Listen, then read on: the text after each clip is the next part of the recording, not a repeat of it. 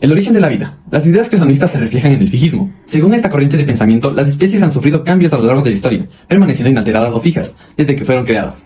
Por su parte, los científicos han aportado a lo largo de la historia diferentes explicaciones acerca del origen de los seres vivos.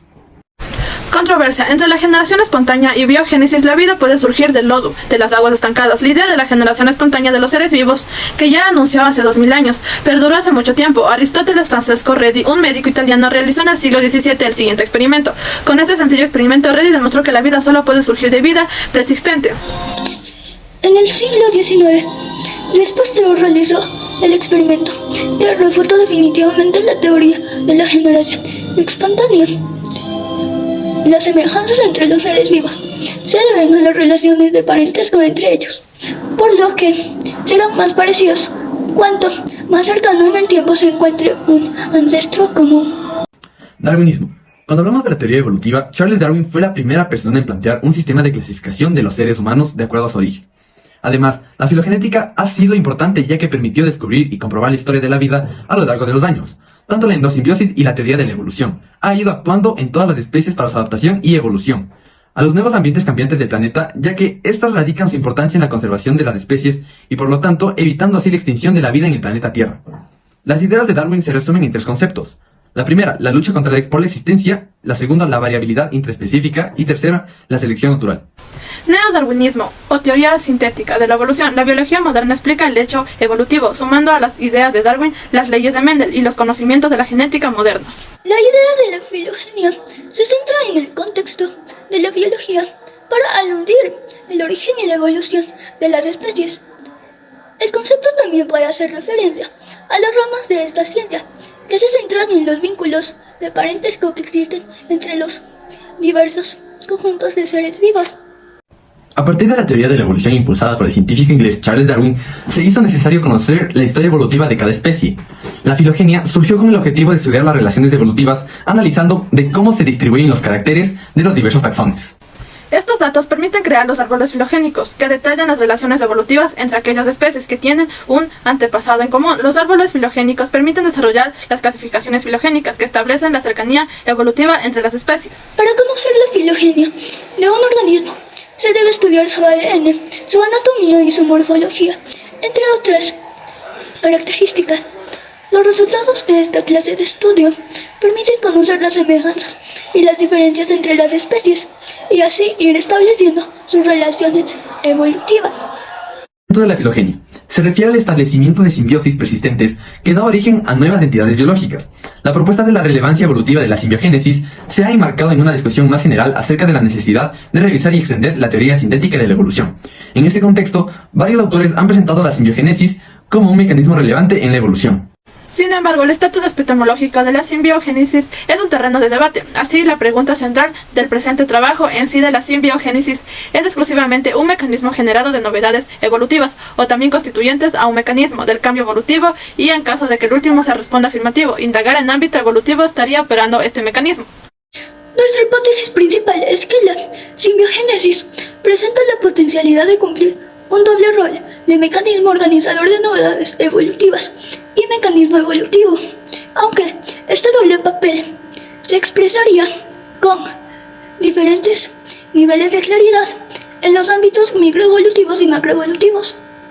Así, el análisis de la simbiogénesis como mecanismo aparece como una vía fértil para ampliar y profundizar el análisis epistemológico, como el de filosofía de la biología evolutiva.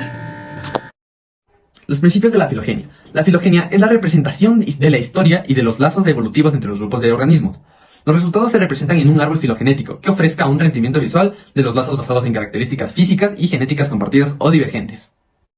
Relación con la historia de la vida y la Tierra. Propuesto hace 140 años por Charles Darwin, la selección natural es un concepto central de la teoría de la evolución biológica. Los estudios de selección en acción de la naturaleza son expresibles para extender como la selección natural. Tienen lugar en el día a día de las poblaciones naturales. Experimento. En esta ocasión nos vamos a basar en la teoría de la generación espontánea, ya que sostiene que ciertas formas de vida surgían de manera espontánea, a partir de la materia orgánica inorgánica, o de una combinación de estas, además de hacer referencia a dos conceptos, los cuales son abiogénesis y la heterogénesis, la misma que pusimos en nuestro experimento, lo cual consiste en realizar un criadero de moscas de fruta. Para empezar con la experimentación, necesitamos un envase transparente, en este caso ocupé uno de vidrio o de cristal, una banana y una tela o una gasa. Primero, debemos aplastar la banana y ponerla dentro del frasco de cristal y dejar al aire libre durante 2 a 3 días. Durante el tercer día ya podemos observar cómo la banana llega a un punto de fermentación, donde se percibe un olor un poco desagradable. Tapamos el frasco con la gasa y lo dejamos al aire libre durante 2 días o más. Pasando los 2 siguientes días, podemos observar que ya existen larvas de moscas dentro del envase, y esto significa que nuestro experimento ha salido correctamente. Algo más para poder acotar es que en el experimento de la Drosophila melanogaster debemos saber que es un organismo genético que se ha utilizado para estudiar el control del metabolismo y el crecimiento. El insecto pasa por 3 fases, que son huevos, larvas, pupa y finalmente insecto adulto. La duración de su ciclo de vida depende de varios factores ambientales tales como la temperatura y la humedad. El ciclo vital comienza cuando la hembra pone unos 500 huevos en la piel de la fruta madura o de otros alimentos. Una vez transcurridas las 24 horas desde la puesta, emerge una pequeña larva que se alimenta de la fruta durante alrededor de 3 días. Durante esos 3 días pasa por 3 etapas que se denominan estadios. Al finalizar la etapa larvaria, pasa por una etapa de pupa durante 4 días más y emerge como un adulto. Para organizar las actividades que teníamos que cumplir para nuestro proyecto interdisciplinario, nos ayudamos con la aplicación de Project, donde pudimos llevar un mejor control de las actividades, en donde anotábamos todo el procedimiento. Empezamos el experimento el jueves 2 de diciembre. Dejamos sin tapar el frasco y lo ubicamos en la terraza, al aire libre. El día 3 de diciembre realizamos la primera revisión del frasco, donde evidenciamos que la banana ya empezó su proceso de descomposición.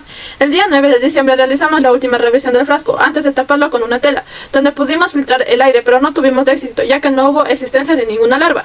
El 10 de diciembre revisamos ambos frascos, tapamos y aún no aparecía ninguna larva. El día 14 de diciembre hicimos la segunda revisión de los frascos, tapamos, pero no apareció nada todavía. Y el día 15 de diciembre, día donde ya debería haber pequeñas moscas en el frasco, y fue lo que ocurrió, pero no fue el tipo de mosca que esperábamos, ya que fue mosca común o la mosca doméstica. En el proceso que continuó fue la descomposición del banano.